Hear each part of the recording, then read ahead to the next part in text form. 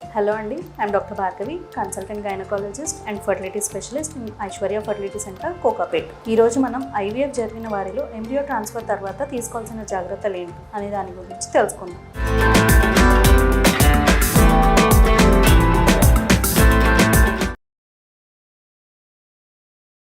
చాలా మంది అడిగే క్వశ్చన్ ఏంటి అంటే ఎంబ్రియో ట్రాన్స్ఫర్ తర్వాత కంప్లీట్ బెడ్ రెస్ట్ అవసరమా అని. కంప్లీట్ బెడ్ రెస్ట్ అవసరం లేదండి. ట్రాన్స్ఫర్ తర్వాత జస్ట్ ఒక 15 to 20 minutes బెడ్ రెస్ట్ ఉంటే సరిపోతుంది. తర్వాత వారి ఇంటికి వెళ్ళి డైలీ రొటీన్ యాక్టివిటీస్ అన్నీ చేసుకోవచ్చు.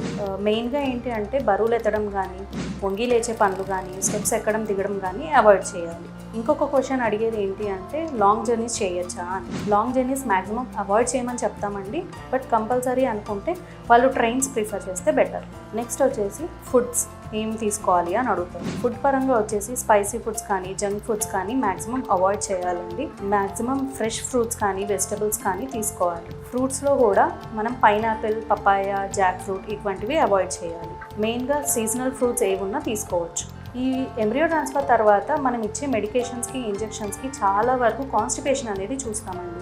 అందుకే 4 to 5 liters ఆఫ్ వాటర్ తీసుకోవడం కానీ, జ్యూసెస్ తీసుకోవడం కానీ, కోకోనట్ వాటర్ తీసుకోవడం కానీ చాలా మంచిది. అండ్ వెజిటబుల్స్లో కూడా ఫైబర్ రిచ్ డైట్ అంటే బీరకాయ, సొరకాయ, పొట్లకాయ ఇటువంటివి ఎక్కువగా తీసుకుంటే మంచిది. నెక్స్ట్ వచ్చేసి స్లీప్ ప్యాటర్న్ అడుగుతారు. మేము స్ట్రైట్గానే పడుకోవాలా లేకపోతే సైడ్స్ పడుకోవచ్చా అని. స్ట్రైట్గానే పడుకోవాలని ఏం లేదండి, సైడ్స్ కూడా పడుకోవచ్చు, కాకపోతే బోర్లా అనేది పడుకోకూడదు. ఈ టైంలో మెయిన్గా ఇంటర్కోర్స్ అవాయిడ్ చేయమని చెప్తామండి. స్ట్రెస్ అనేది అస్సలు ఉండకూడదు.